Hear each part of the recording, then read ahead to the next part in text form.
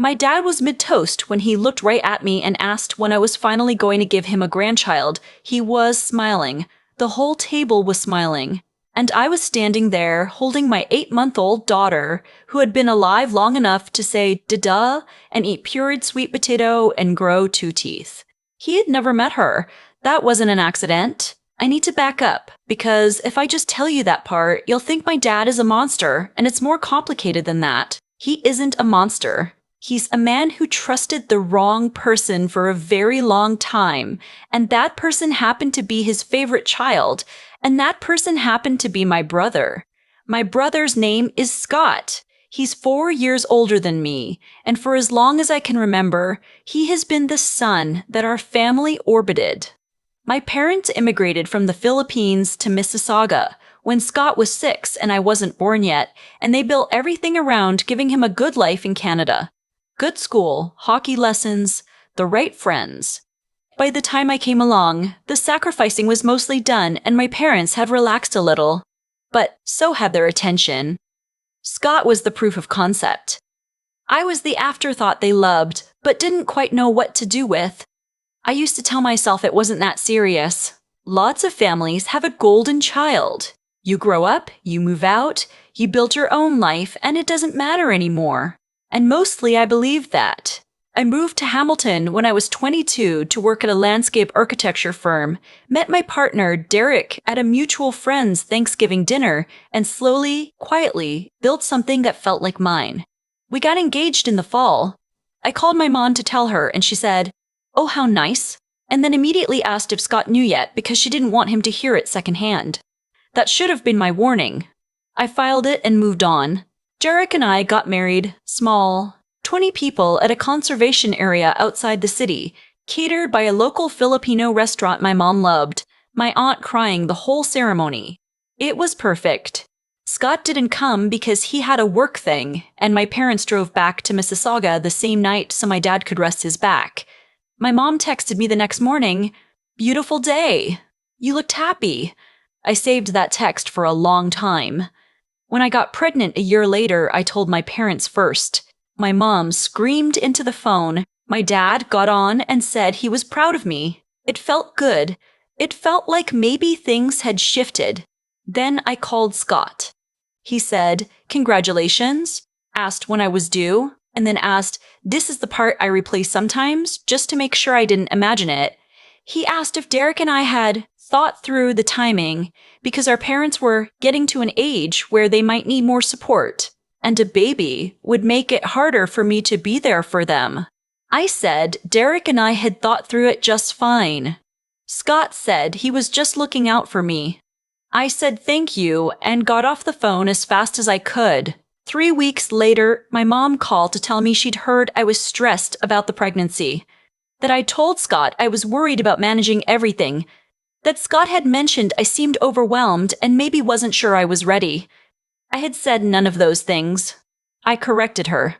She said I must have said something to give him that impression. I let it go because I was 11 weeks pregnant and already exhausted, and I did not have the energy to fight the current. But it kept happening. My mom stopped calling as often. When she did call, she'd reference things I'd supposedly said to Scott, that Derek was working too much, that I was finding the pregnancy hard, that I was nervous about finances. We're not rich, but we're stable. Derek has a good union job. We own our home. There was nothing to be nervous about that I hadn't already told my mom myself. But she was hearing a different version of my life from Scott, and Scott's version was always slightly worse. I found out later, much later, what he was doing. He was taking small true things and rotating them just a few degrees until they became something else. I did mention to him once that Derek had been putting in long hours. Scott reported to my parents that Derek was never home, and I was basically managing everything alone. I mentioned I'd had some nausea in the first trimester. Scott told my mom I'd been hospitalized. I hadn't. She never called to check on me, which means she either didn't believe it was serious or she did and still didn't call, and I don't know which one is worse to think about. In February, when I was about 6 months along, I mailed my parents an envelope. Inside was a handwritten letter, a printed ultrasound, and a formal invitation to the baby shower Derek's sister was throwing us in April. I addressed it to both of them. I sent it to the house I grew up in. I know it arrived because I used tracked mail. My mom called me in March to say she and my dad couldn't make the shower because they'd already committed to going to a curling bonspiel with Scott and his girlfriend. I said that was fine. I understood. I did not understand. After the shower, I texted my mom photos. She replied with a string of heart emojis. I asked if she'd gotten the letter I'd sent. She said she didn't know what letter I meant. I let a few weeks go by. Then I called Scott. I told him I knew he'd been talking to our parents about me. I told him I didn't know exactly what he'd said, but that I knew it wasn't accurate. He went quiet for a second and then he said I was being paranoid. He said he was worried about me and had mentioned that to Mom out of concern, and that if I was interpreting concern as interference, maybe I should think about why that was. By the end of the call, I was somehow apologizing. That is the thing about Scott that I cannot fully explain to people who haven't experienced it. He doesn't yell. He doesn't make threats. He is extremely calm and extremely reasonable sounding, and the conversation always ends with you feeling like you've misunderstood him. I spent years thinking I was too sensitive, too quick to assume bad intent, too wrapped up in old resentments. Our daughter was born in late May. Her name is Bea, short for Beatrix after Derek's grandmother. She was 7 pounds, 4 ounces, and she came into the world screaming, which Derek says proves she already has my personality. I texted my parents from the hospital. I sent a photo. My mom replied that night with, "She is so beautiful. We will come see you soon." My dad didn't reply. I figured he hadn't seen the message yet. He's not great with his phone. Soon turned into weeks. Weeks turned into the summer. My mom kept saying they'd come. Something always came up. My dad's back. Scott needed help moving. There was a family thing up in Barrie that I wasn't invited to. I want to be honest here. I did not fight hard enough. I was sleep-deprived and overwhelmed, and there's a particular kind of grief that comes with a postpartum body that I wasn't prepared for, and I kept thinking they'll come when they're ready. Don't push. Don't make it weird. Jarrett kept saying I should just drive to Mississauga and show up, but I was scared. I was scared of the look on my dad's face if he opened the door and seemed inconvenienced. I was scared of being turned away with a baby in my arms. So I sent another letter instead, handwritten again, because my mom always said she liked receiving letters. It reminded her of writing to relatives back home. I put in new photos of Bea, 3 months old, smiling her first real smile. I sent it in August. My mom called me 2 weeks later to ask if I'd heard anything from Scott, because he seemed distant lately. She did not mention the letter. In September, Derek went into the storage space under our stairs to find our fall decorations. He pulled out a box, and on top of the box was a stack of mail he'd been meaning to sort. Things that had come in during those blurry newborn months when we weren't on top of much. He called me over. At the bottom of the stack were 2 envelopes addressed in my handwriting. Opened. Both of them. The one from February. The one from August. Someone had intercepted them. The only person with access to my parents' house besides my parents was Scott. He'd had a spare key for years. He lived 40 minutes away and went over there regularly to help with things. I sat on the hallway floor for a long time. Derek didn't say anything. He just sat down next to me. I thought about all the times my mom had said she hadn't gotten anything from me. All the times my dad had been distant on the calls. I thought about Scott's face when I'd confronted him in the spring. How calm he was. How sure of himself. Because he already knew I didn't have proof of anything. Now I had the envelopes. I thought about what to do for a long time. A long time. I'm a slow processor. Jarek is more action-oriented and he wanted to call Scott immediately, but I asked him to wait. I needed to understand the full shape of it before I moved. So over the next few weeks, I started quietly checking. I called my mom and asked carefully about specific conversations. Had Scott ever mentioned my finances? What had he said exactly?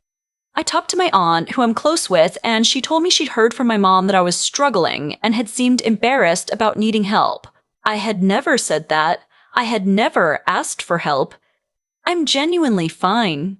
And then my aunt mentioned something else. She said Scott's girlfriend had let slip at a family dinner that Scott had been angling to be named in my parents' will as primary executor, that he'd apparently raised concerns about Derek's stability, meaning Derek's job, Derek's income, Derek's suitability as a provider, that Scott had suggested my parents might want to talk to their financial advisor about restructuring some things. My parents own a house in Mississauga, a mortgage-free house in a neighborhood where prices have not gone down since 1997. That house is eventually going to be part of an estate, and Scott had apparently been very busy trying to make sure my parents had certain feelings about me before that conversation became relevant. I sat with that for another week. And then I planned. My parents were hosting a birthday dinner for my dad's 65th in October, a Sunday afternoon at the house, family, and some old friends. My aunt was going to be there. Some of my parents' friends from their Filipino community group, Scott and his girlfriend.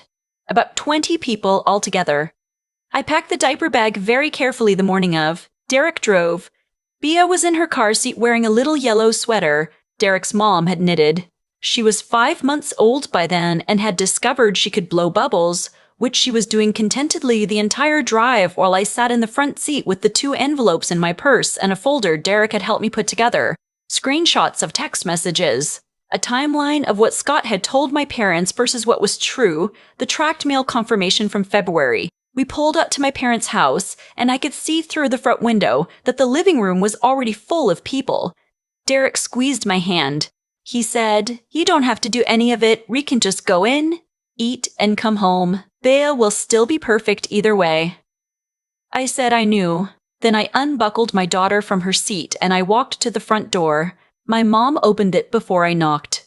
She saw Bea first. Her face just collapsed in the best way. This total surrender. She said, "Oh my goodness," in Tagalog and reached for her immediately. And for a second, I just let it happen. I let my mom hold her first grandchild for the first time, 5 months late, and I watched her cry without saying anything. People started drifting over. My aunt came and held my arm and didn't say a word, just held my arm. Derek's hand was on my back. My dad came in from the backyard where he'd been talking to someone. He saw my mom holding a baby and he came closer, and I watched his face work through it, confusion first, then something softer. Then he looked up at me and I could see him trying to calculate what he was looking at. He said, "Is this?" I said, "This is Beatrix. She's 5 months old. I sent you pictures from the hospital when she was born, and I sent you a letter in February and another one in August. You didn't get them." He looked at me for a long moment. He said, "I didn't know you'd had her yet." I said, "I know." Scott was on the other side of the room. I could feel him without looking. I didn't make a scene. I want to be very clear about that. I did not raise my voice. I did not cry, which surprised me. I walked over to the kitchen table where there was a little space and I set down the folder and I asked my dad quietly if he could come sit with me for a minute. My aunt came too because she'd known something was coming and she wanted to be there. I showed him the envelopes. His face changed. I showed him the tracked mail confirmation. The February letter had been signed for, and the signature wasn't my mom's, and it wasn't his. I showed him the timeline, the things Scott had told him about me, and the actual documented truth alongside each one. I didn't editorialize. I just let him read. He was quiet for a very long time. Scott had noticed something was happening. He came into the kitchen and said something like, "What's going on?" in that easy, calm voice. My dad looked up from the folder and looked at Scott and said something I won't repeat because this is still a family and some things don't need to be broadcast.